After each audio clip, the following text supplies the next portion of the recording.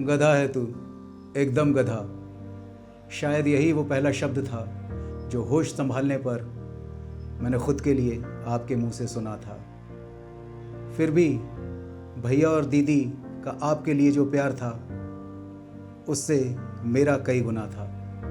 वो दौर भी मुझे याद है, वो दौर भी मुझे याद है जब ये आपका गधा आपकी पीठ की सवारी किया करता था। हंसते हंसते पेट में बल पड़ जाते थे, हंसते हंसते सांसें भी उखड़ जाती थीं, इतना मैं किलकारी भरता था। कभी कभी तो मुझे लगता है कि मेरी जो ज़िंदगी है इतनी रंगीन हरी लाल पीली नीली ना होती जो आपके मुथरे टोपाज के ब्लेडों से अपनी पेंसिलें मैंने छीली ना होती। साइकिल पर बिठाकर मुझे जब कलेक्टरों और कप्तानों के बंगले दिखाते थे कर मुझे कोलंबस सा फील कराते थे।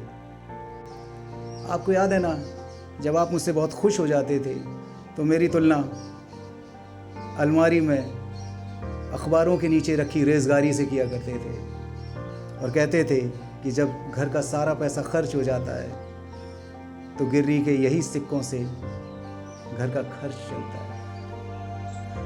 पापा, आपने सदा से मुझको अपने रूप में मेरा आफताब दिया। तपिश तो आपसे रही मगर तिमिरों को भी जवाब दिया। मैं खुद के रूप में आपको देखता हूँ और आपकी पोती मुझे मेरा अक्स दिखाती है। मुझे वो मम्मी कहती है जब भी मुझसे लड़ जाती है। प्रेम, दया, करुणा, क्षमा इंसान को इंसान बनाते हैं। जितने त्यागी लक्षण हैं सब स्त्री से पुरुष में आते हैं। आपसे ही तो सीखा मैंने मुंशी जी का ज्ञान। औरत के गुण जब भी मर्द अपनाते हैं तो वो महान बन जाते हैं। चलो ना पापा, फिर से आपके लिए बाजार से चेक की लुंगी लेने चलते हैं। जी भरकर आप पहनना, बाद में फिर मैं अपने लिए कमीज सिलवा लूँगा।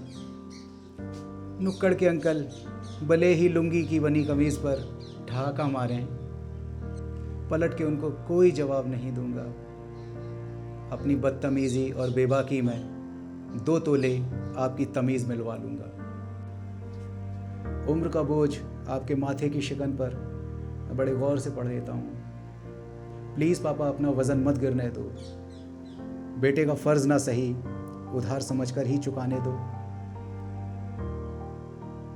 फिर से मुझे आपका गधा बन जाने दो, फिर से मुझे आपका गधा बन जाने दो। फादर्स डे की आप सभी को हार्दिक शुभकामनाएं। अपने पिता को माने ना माने फ़र्क नहीं पड़ता है, अपने पिता को जानें, उनके किए हुए त्याग को समझें।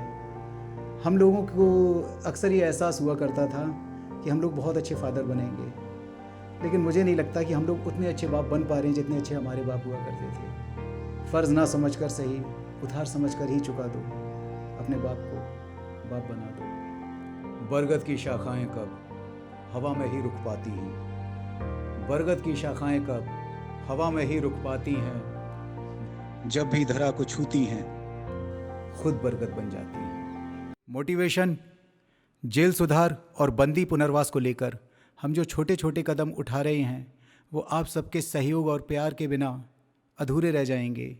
आप सबका सहयोग हमें बहुत ज़्यादा चाहिए ताकि हमारे जो छोटे छोटे कदम हैं मील का पत्थर बन सकें और इससे बढ़कर हम अपने आप को आगे सोशल इश्यूज़ की तरफ भी लेकर जा रहे हैं। तो प्लीज़ हमारे चैनल को ज़्यादा से ज़्यादा लाइक, शेयर और सब्सक्राइब करें और हाँ, बेल आइकन दबाना मत भूलिएगा। Thank you.